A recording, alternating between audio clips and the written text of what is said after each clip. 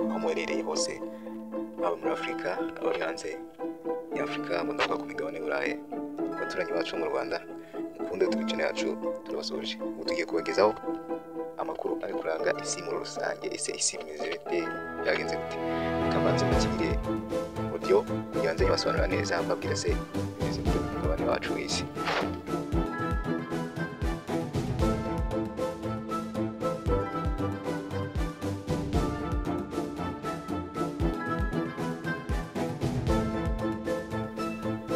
I want to start by wishing a double happy birthday. First, happy birthday to you, President Donald J. Trump. You've been an extraordinary leader, decisive, courageous, clear vision, clear action. You have done great things for Israel. You've been an extraordinary friend to the Jewish state and to me personally. We've known each other for many years, and we appreciate what you're doing now, helping protect Israeli lives against the criminal regime in Iran. I want to wish also a 250th happy birthday to the American Army, the men and women of uyu mwumvaga ni Minisitiri w'Intebe wa Israel Netanyahu. Mu magambo yiwe yari yitonze, yabanje gushimira Donald Trump amwifuriza isabukuru nziza y'imyaka ye, kuko murabizi ko ku itariki 14 uyu mugabo perezida wa Amerika niwe avuga.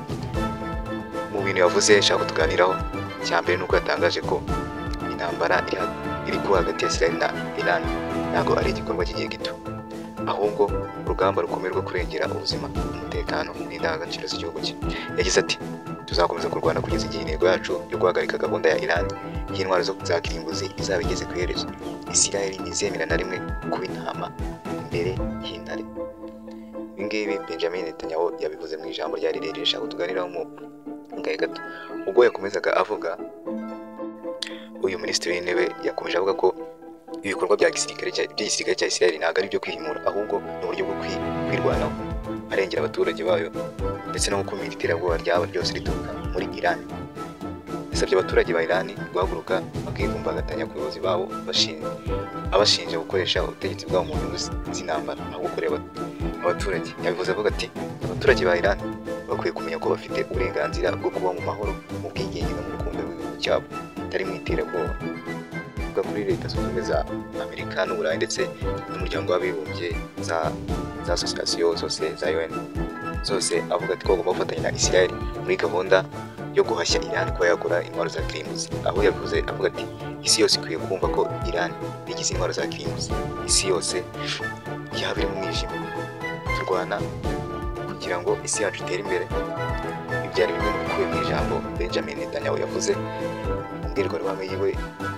Gusa ibyo ngibyo nabyo ntibikuyeho ko amamisiri mu kirere cya Iran, mu kirere cya Israel ari gucicikana. Ibintu birakomeye cyane. Nubwo batangaje byose, ariko mu ruhande rwa Israel, Netanyahu yemeje ko Israel izakomeza ibikorwa byayo bya gisirikare muri Iran igihe cyose bizaba bikenewe. Yongeye aravuga ngo igihugu gikangisha amahoro y'isi, kandi ko igikorwa cyabo kigamije kwirwanaho no kurengera abaturage ba Israel. Ubwo yavugaga ko igihugu cyiwe nyine kiri kwirwanaho, kiri no gushaka amahoro muri Israel, kandi tuvuga n'ibisasu bimeze nabi, misile zabaye nka fireworks. Netanyahu yasabye amahanga gushyigikira Israel mu guhangana n'ibikorwa bya Iran byo guhungabanya umutekano mu karere. Kuko muri Israel bimeze, niyo nkuru abantu benshi bari kwibaza se bimeze ute, ijambo ryari rimeze gute. Gusa icyo twavuga twagezaho nuko ntabwo bimeze neza, hagati y'ibihugu byombi.